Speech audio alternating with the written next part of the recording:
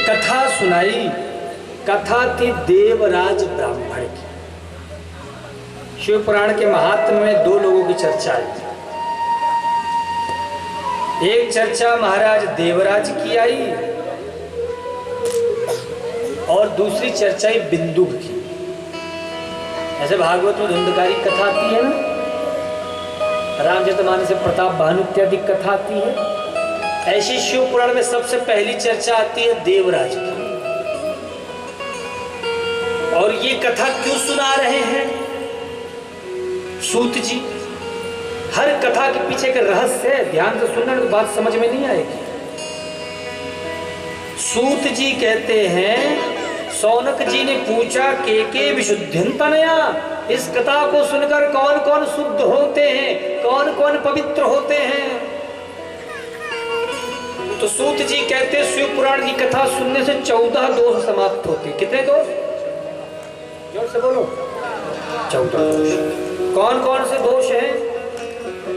लिख लो, नोट कर लो, बार बार नहीं बताऊंगा। 14 दोष शिव पुराण की कथा से तुरंत साफ होता है। शिव पुराण कहती है, ये मानवः पापकृतो दुराचारे रता खलाः, जो मनुष्य पापी हो, दुराचारी हो, खल हो। खल किसे कहते हैं? ख और ला, जो दिन भर खाए और दिन भर लड़े, वही खल है। आप ही के साथ रहेगा, आप ही का खाएगा और आप ही को ही भला बुरा कहेगा, वही खल है।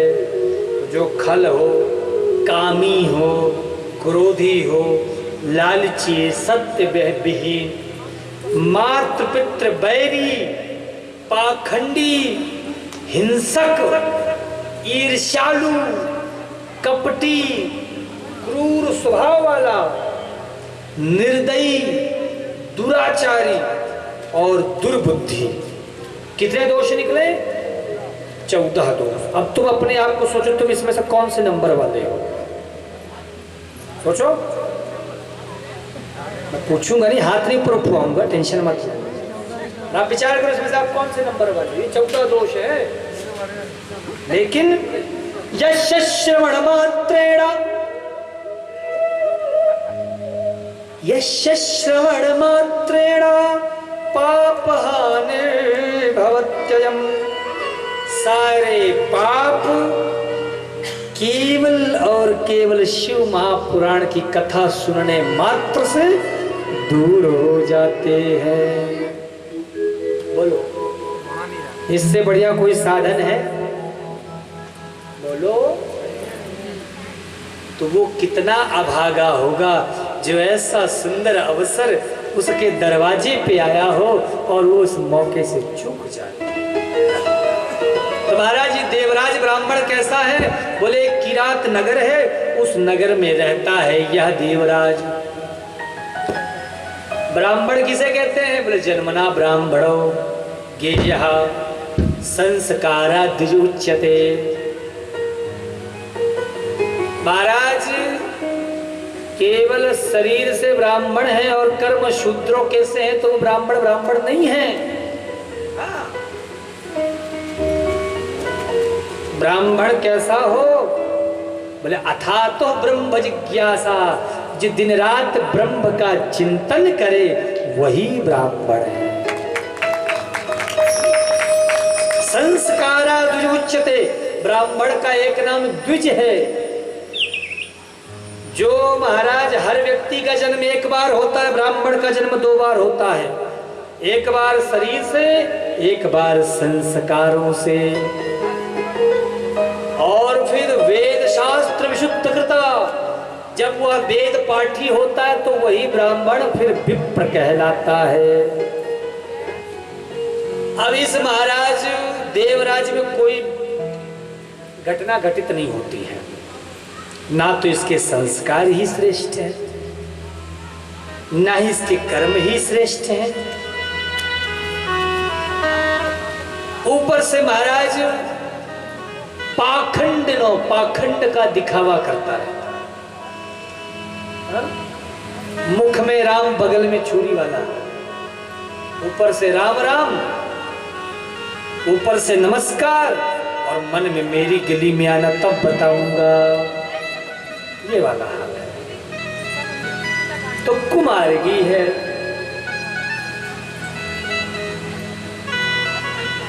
माता पिता से प्रेम तो है, पत्नी से प्रेम तो है, लेकिन कुसंगी है। एक बात बोलूं आपसे, बोलूं? तो मंडी ऊपर नीचे दाएं बाएं करो तो बोलूं? तो नहीं बोलूंगा। बोलूं? महाराज, सत्संग का प्रभाव चढ़ने में थोड़ा विलंब हो सकता है, लेकिन कुसंग का असर बहुत जल्दी होता है। कोई आप दारू शराब पीने वाले के पास बैठो, महाराज ऐसा ऐसा वो आपको सूत्र देगा, अरे शराब बहुत अच्छी चीज है। एक भगत जी हैं, बोले महाराज लोग कहते हैं ना शराब पीने के बाद होश नहीं रहता है। बोले महाराज मुझे कितनी भी बोतल पिला दो, मैं तो होश से बेहोश होता ही नहीं।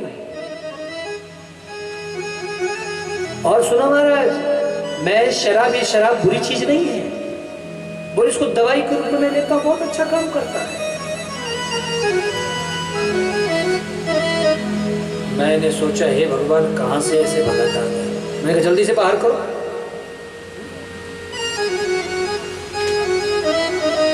कोई गुटखा खाने वाले के पास जाओ, तंबाकू खाने वाले के पास जाओ, ऐसा बढ़िया उसकी विशेषता बताएंगे। एक तो मुंह फुल्ल रहता है, उनसे अगर आप नाम पूछो ना गुटखा वालों से, नाम क्या है बता रहे, बस यही बोले, वो नाम नहीं बता सकते।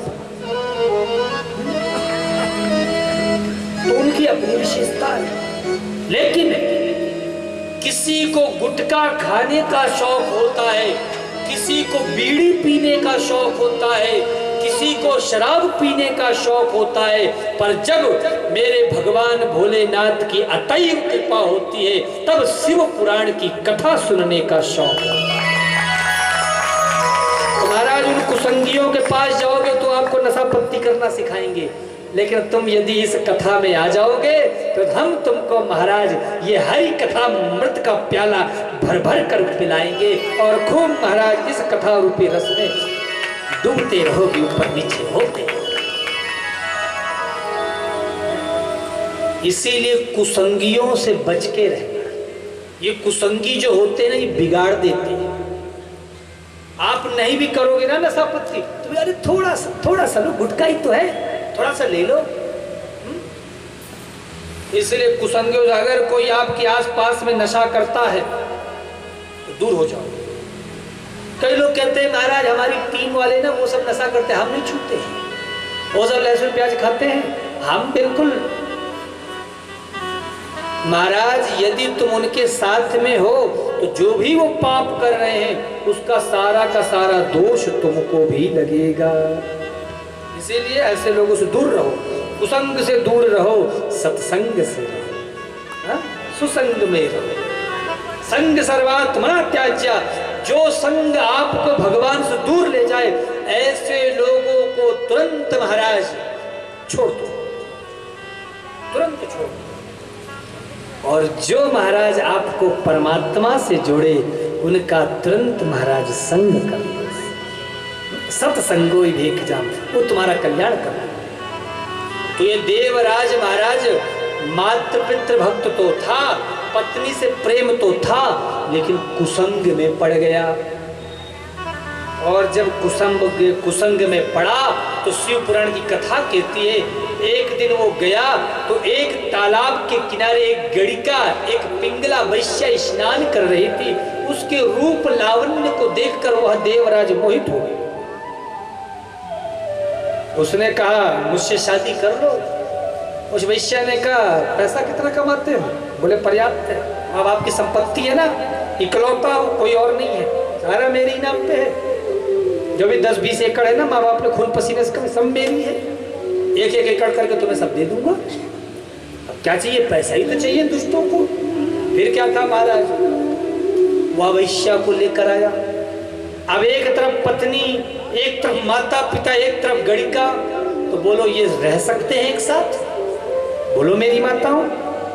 उसने आती का ये कौन है? बोले मेरी धर्म पत्नी है, बहुत सीधी सादी है, ज्यादा कुछ बोलती बोलते। बोले नहीं, कितनी भी सीधी सादी हो, मैं आऊंगी तो इसको भगाओ, मैं रहूंगी तो ये नहीं रह सकती। महाराज उसने अपनी भोली भाली पत्नी को, अपने माता पिता को, तीनों को जहर दे दिया।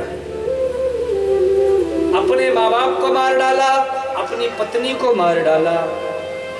अब महाराज वहां आई तो महाराज अब वहां पे उस ब्राह्मण के यहाँ मांस भक्षण होने लग गया, मदिरा पान भी होने लग गया।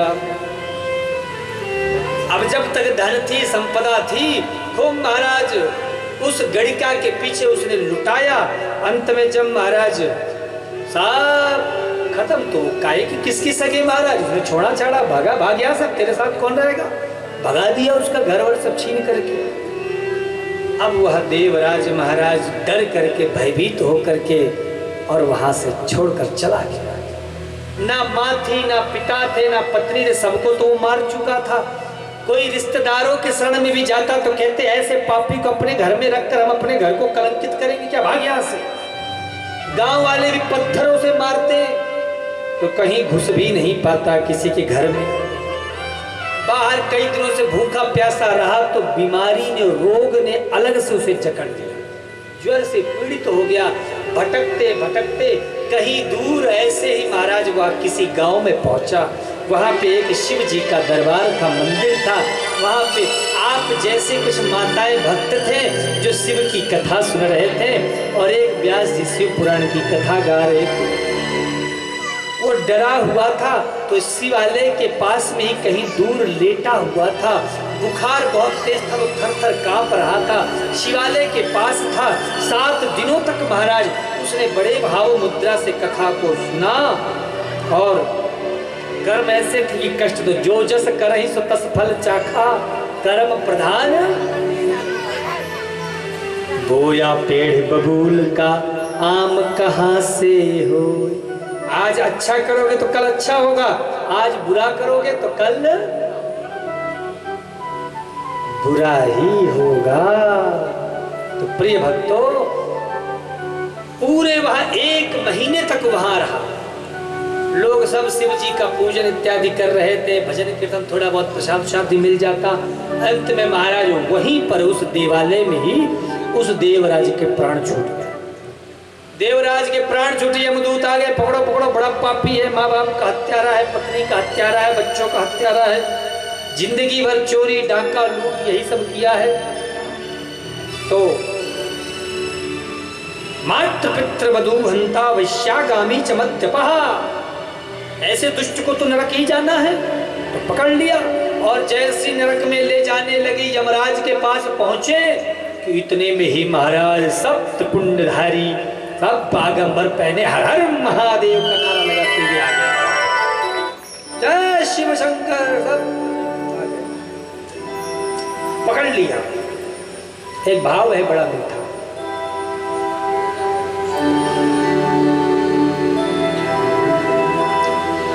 पाप बढ़ गया है कुछ तो काम कीजिए, हो पाप बढ़ गया है कुछ तो काम कीजिए। क्यों परेठ वालों, क्या करोगे? बोलो, कुछ नहीं करोगे? कुछ करोगे ना? तो मेरे साथ गाओ, रोज रोज राम जी, रोज रोज श्याम जी का, रोज रोज शिव जी का नाम लीजिए, रोज रोज शिव जी का नाम लीजिए। आओ एक छोटा सा भाव, फिर आगे की ओर बढ़ेंगे। मस्ती से दोनों हाथ, जिनको भगवान ने 2 हाथ दिए ताली बजाए, जिसको नहीं किए हैं वो हाथ नीचे कर ले।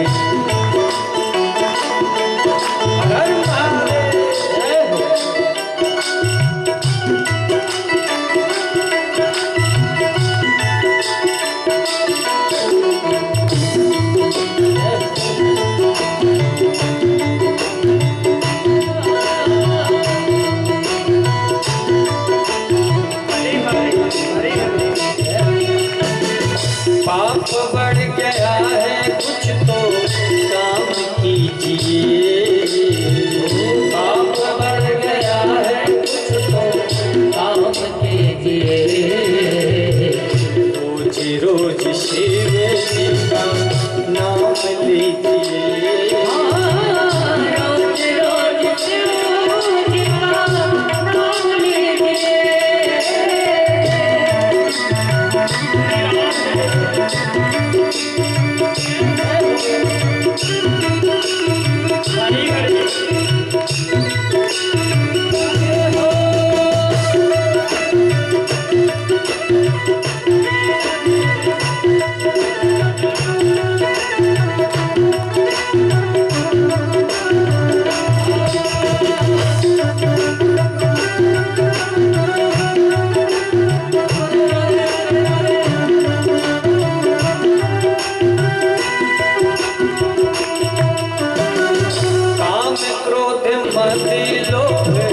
सबका है बढ़ गया, पाप का ही राज है ये तो सर पे ही चढ़ गया।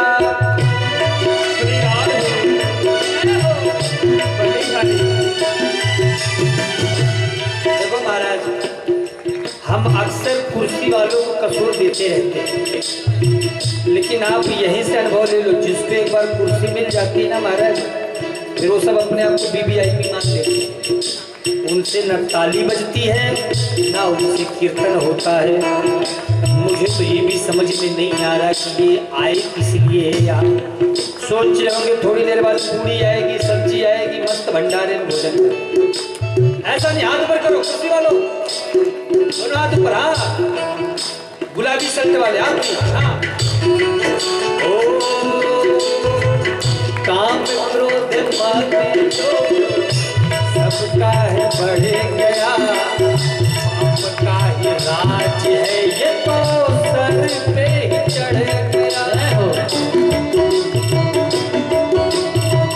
काम क्रोध माते सबका है बढ़ गया, पाप का ही राज है ये तो सर पे ही चढ़ गया। बदल गई ये दुनिया काम कीजिए, बदल गई ये दुनिया काम कीजिए। ऐसे नहीं, हम ऐसे नहीं गाएंगे, हाथ ऊपर करो और कहो, रोज रोज शिव जी का नाम लीजिए, रोज रोज शिव जी का नाम लीजिए,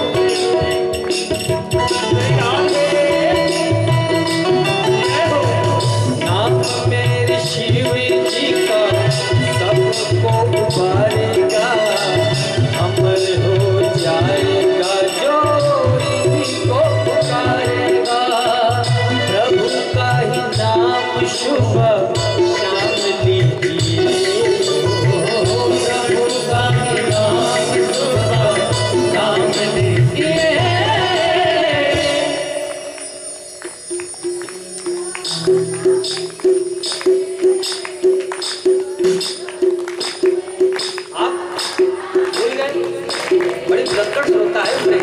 माताएं ठीक, माताएं अच्छी, मगर जो गड़बड़ प्रेम से कहो रोजी रोजी। एक बात तो है, खंडेलवाल जी कहाँ गए? इधर है ना, कमजोर बहुत है। पता नहीं झगड़ा करते समय इतना बल कहाँ से आ जाता है। झगड़ा करने को बोल तो महाराज यहाँ की आवाज गांव तक जाए, लेकिन भगवान का नाम रोजी रोजी रोजी रोजी रोजी रोजी से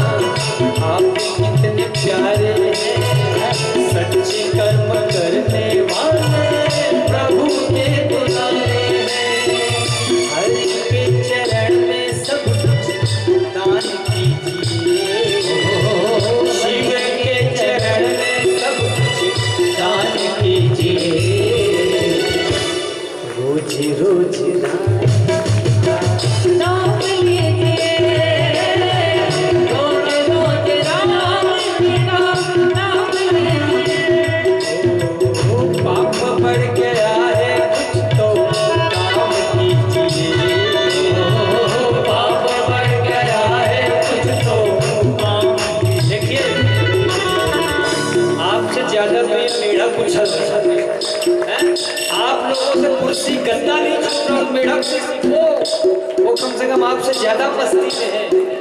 रोजी रोजी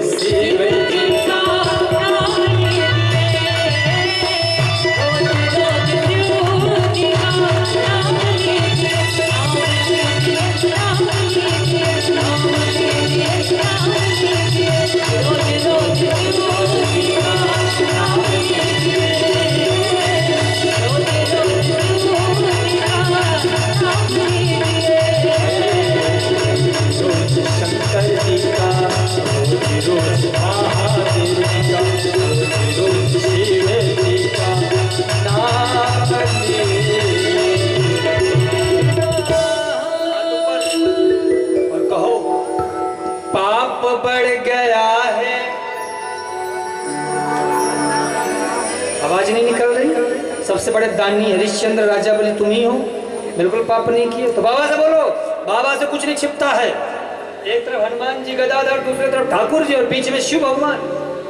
कुछ भी यहाँ पे छिप नहीं सकता है। जो भी भीतर है सब यहाँ पे पूरी, जैसे टीवी में सब कुछ आ जाता है ना, वैसे तुम्हारी पूरी जिंदगी कहानी बाबा के सामने है। हाथ ऊपर करके कहो पाप बढ़ गया है कुछ तो काम कीजिए। कौन ऊपर कर बे, हाथ ऊपर कर, हाथ कर।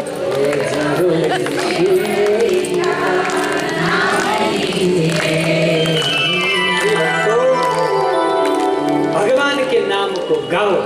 देवराज की मृत्यु हुई, यमदूत ले गए। यमदूत यमराज के द्वार में लेकर जाने वाले थे, शिव जी के गढ़ों में पकड़े। दूर हटो, ये हमारा आदमी है। क्या मतलब? महान पापी है, हत्यारा है। बोले चाहे कुछ भी हो, अंते मति सागति, इसने अंतिम समय में मेरा स्मरण किया है, हमारे भूत भावन भगवान भोलेनाथ का स्मरण किया है, उनकी कथा सुनी है। तो अब ये जग गया, अब तक सोया था, अब क्या किया है, अब जाग गया है। अभी तक क्या थे तुम लोग, 2 साल से कोरोना में क्या कर रहे थे भैया, क्या कर रहे थे 2 साल तक? सब महाराज दुनियादारी में मस्त थे, सब सो रहे थे। अब का जग रहे। अरे सोने चांदी वालों सुन लो, बात सुनाऊं खरी खरी, ले लो रे कोई राम का प्यारा। अब जाग गए हो, भूतानाम तस्याम जागृति संयमी। ये संसार जब सोता है तब महाराज साधक साधना करता है। तो 2 साल से तुम सो रहे थे, अब शिव कथा हुई, अब आंखें खुली। अरे भैया हम कहां पड़े हैं? लोगों को आज देखो तो कहते महाराज टाइम नहीं है, दुकान है, मकान है। अभी जब महाराज कोरोना लगा था, साल भर तो कोई घर से बाहर नहीं निकला। कौन भूखा मर गया? कौन भूखा मरा? जो कहते थे महाराज टाइम नहीं है, दुकान से मकान से, सब महाराज घर में बैठे ही थे, खाली टीवी चला के तारक मेहता का उल्टा चश्मा देख रहे थे बस। जितने भी तारक मेहता का उल्टा चश्मा वाले थे सब महाराज कोरोना में सरक गए। और जिन्होंने महाराज रामायण और कृष्ण कथा देखी, हो सकता है रामायण भागवत सुनने वाले भी कुछ गए हो, लेकिन वो गए होंगे तो बाबा की नगरी में गए होंगे। और तारक मेहता वाले सब, उनका भी एक अपना अलग लोक है।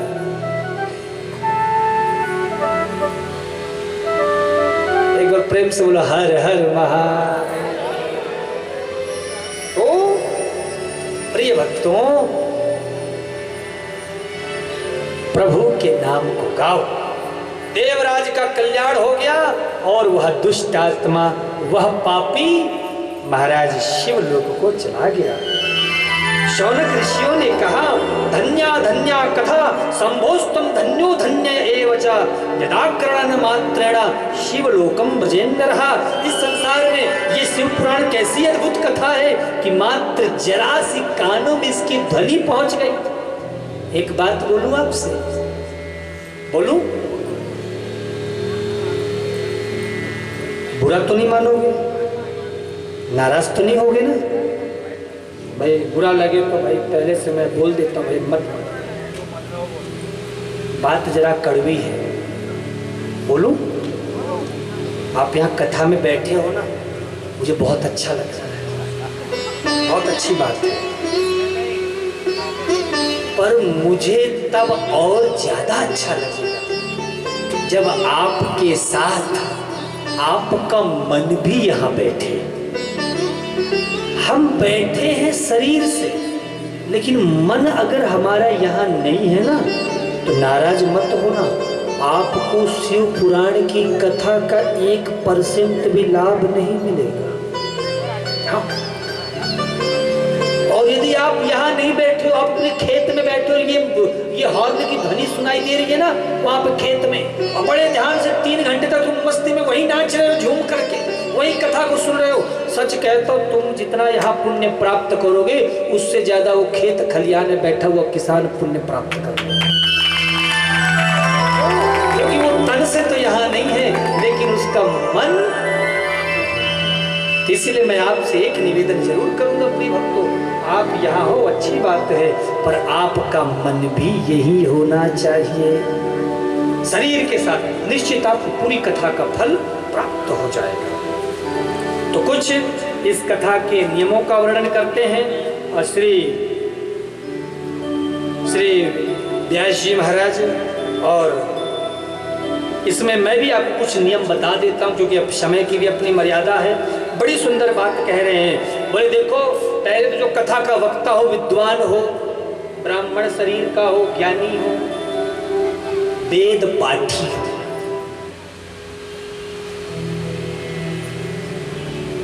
कथा सुनने के कुछ नियम हैं। आज के समय में लोग कथा कम व्यथा पे ज्यादा ध्यान दें।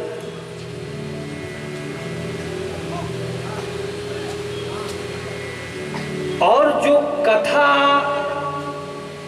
बांचने वाला हो ना, हम सब चीज पे ध्यान देते हैं। आपको पता है, हम बढ़िया से बढ़िया टेंट की व्यवस्था करते हैं, हम बढ़िया से बढ़िया माइक की व्यवस्था करते हैं, 7 दिन के लिए बढ़िया से बढ़िया प्रसाद की व्यवस्था करते हैं, नाचने गाने ठुमका लगाने के लिए बढ़िया से बढ़िया संगीत की व्यवस्था करते हैं। लेकिन जो सबसे मूल में है, कथा सुनाने वाला, वो बढ़िया नहीं चढ़ता।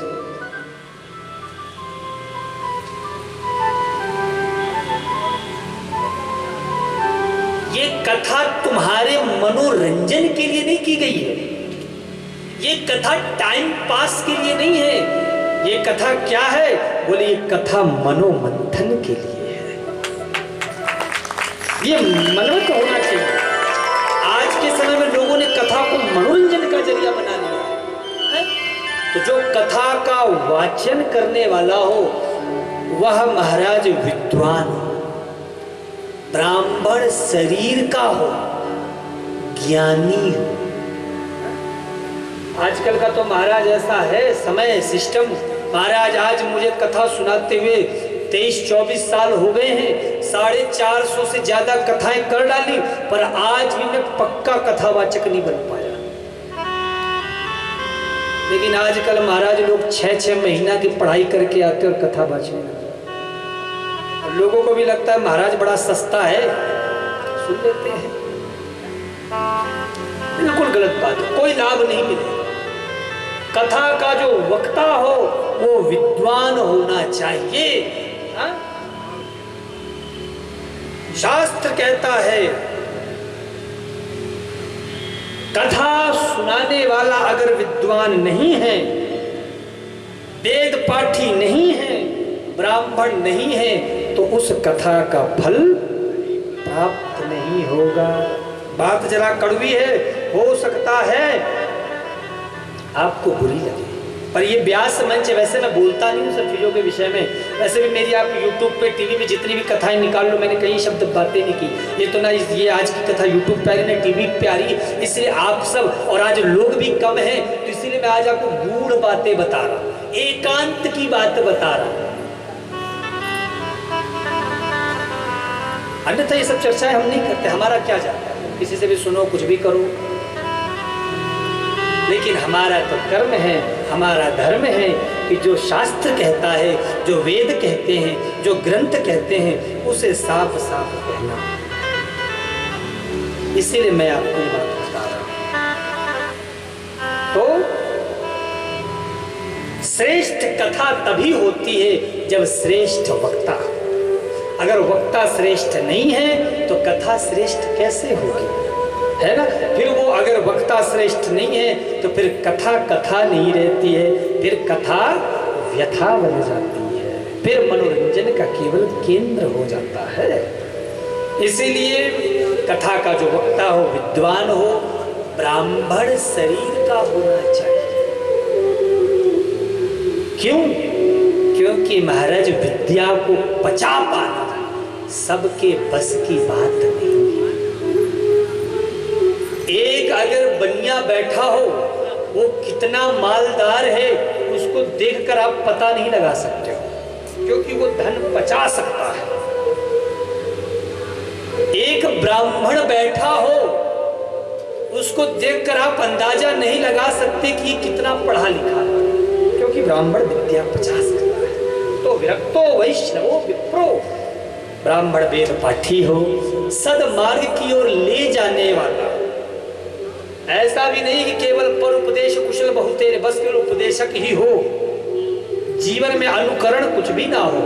तो जो वाणी में हो वो व्यवहार में हो, जो व्यवहार में हो वो महाराज संसार। तो ऐसा वक्ता होना चाहिए।